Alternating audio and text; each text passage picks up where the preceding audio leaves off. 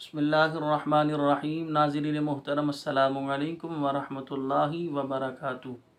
नाज़रीन मोहतरम, आज हम समाअत फरमाएंगे नमाज ईद का तरीक़ा। नमाज ईद का तरीक़ा उर्फ़ आम में लोगों को देखा गया है, ईद की नमाज़ जब वो अदा कर रहे होते हैं, वो बराबर वाले को देख रहे होते हैं कि वो रुकू कर रहा है या तकबीर कह रहा है, तो एक दूसरे ने सीखा हुआ नहीं होता, जिसकी वजह से लोग बाज़ दफ़ा जो है इमाम साहब तकबीर जो ज़ायदा है वो कह रहे होते हैं, बाज़ लोग रुकू में चले जाते हैं।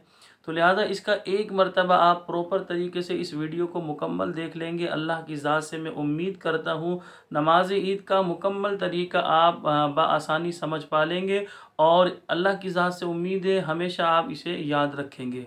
सबसे पहले नियत करेंगे। नियत की मैंने 2 रकात नमाज ईद उल फितर वाजिब 6 ज़ायद तकबीरों के वास्ते अल्लाह तबारक व तआला के पीछे इस इमाम के मुँह मेरा काबा शरीफ की तरफ जब इमाम साहिब तकबीर तहरीमा कहकर हाथों को बांधेंगे तो आप हज़रात ने भी तकबीर तहरीमा कहकर हाथों को बांध लेना है।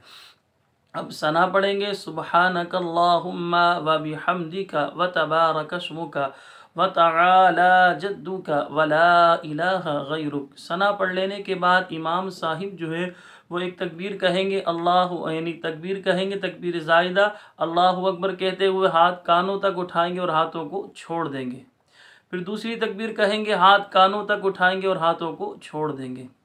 अब तीसरी तकबीर कहेंगे, हाथ कानों तक उठाएंगे और हाथों को अब बांध लेंगे।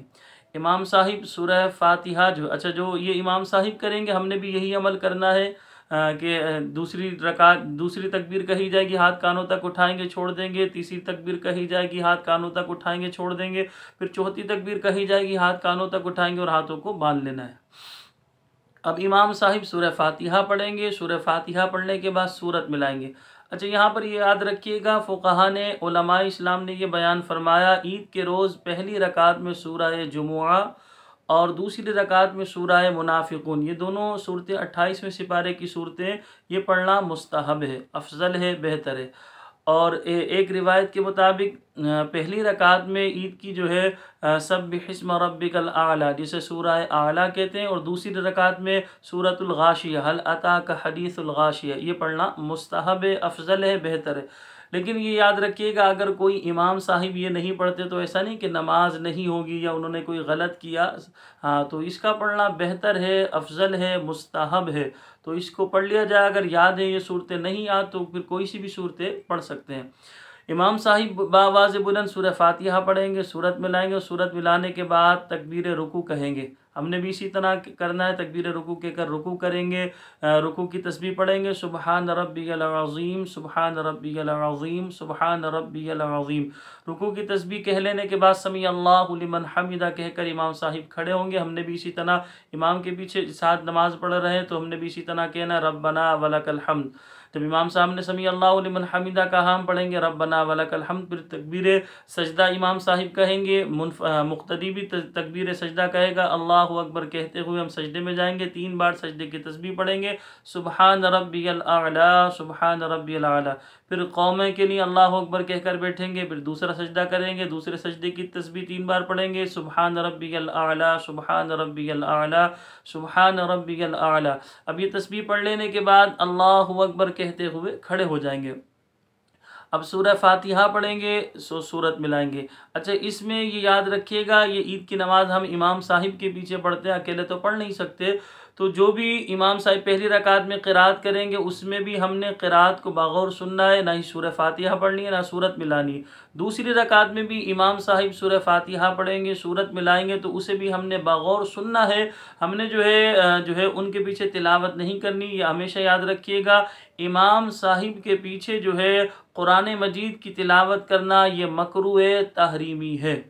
अब सूरह फातिहा और सूरत मिला लेने के बाद इमाम साहब एक तकबीर कहेंगे, हाथ कानों तक उठाएंगे और हाथों को छोड़ देंगे। दूसरी तकबीर कहेंगे, हाथ कानों तक उठाएंगे और हाथों को छोड़ देंगे। तीसरी तकबीर कहेंगे, हाथ कानों तक उठाएंगे और हाथों को छोड़ देंगे। अब हमने भी यही अमल करना है, ये तकबीर ज़ायदा है, तो लिहाजा 3 तकबीर हमने भी इसी तरह के नहीं इमाम साहिब के साथ हाथ कानों तक उठाने और हाथों को छोड़ देना है। चौथी तकबीर कहेंगे, अब जो है तकबीर है। अब चौथी तकबीर जब कहेंगे तो इसमें हाथ कानों तक नहीं उठाएंगे बल्कि डायरेक्ट रुकू करेंगे, रुकू की तस्बीह पढ़ेंगे, फिर कौमा, फिर उसके बाद सजदे में जाएंगे, सजदे की तस्बीह पढ़ेंगे, सजदे से उठकर बैठेंगे तकबीर कहकर, फिर दूसरा सजदा करेंगे, दूसरे सजदे की तस्बीह पढ़ लेने के बाद उठकर बैठेंगे, तशाहुद में अतहियात पढ़ेंगे, दुरूद इब्राहिम पढ़ेंगे और रब्बी जल्ली फेर कर जब इमाम साहिब सलाम फेरेंगे हमने भी सलाम फेर देना है। तो इसमें आसान लफ्ज़ों में जब हमने पहली रकात में पहली तकबीर कही तो हमने हाथों को बांधा और सना पढ़ी। तो इसमें फुक़हा बयान फरमाते जहाँ हमने कुछ पढ़ना है वहाँ हम हाथ बांधेंगे, जहाँ हमने कुछ नहीं पढ़ना वहाँ हमने हाथ नहीं बांधने। तो पहली रकात में जो 3 ज़ायद तकबीरें हमने कहनी है वो क़िरात से पहले हैं, और दूसरी रकात में जो हम तकबीर ज़ायदा पढ़ेंगे वो जो है क़िरात कर लेने के बाद पढ़ेंगे।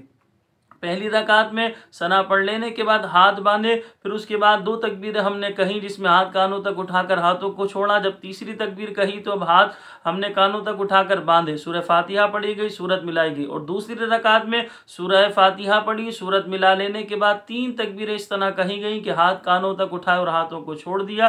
चौथी तकबीर में हाथ कानों तक नहीं उठाए बल्कि डायरेक्ट रुकू किया। ये मुख्तसर सा और आसान सा तरीका था नमाज ईद का, हमने आपके सामने बयान किया।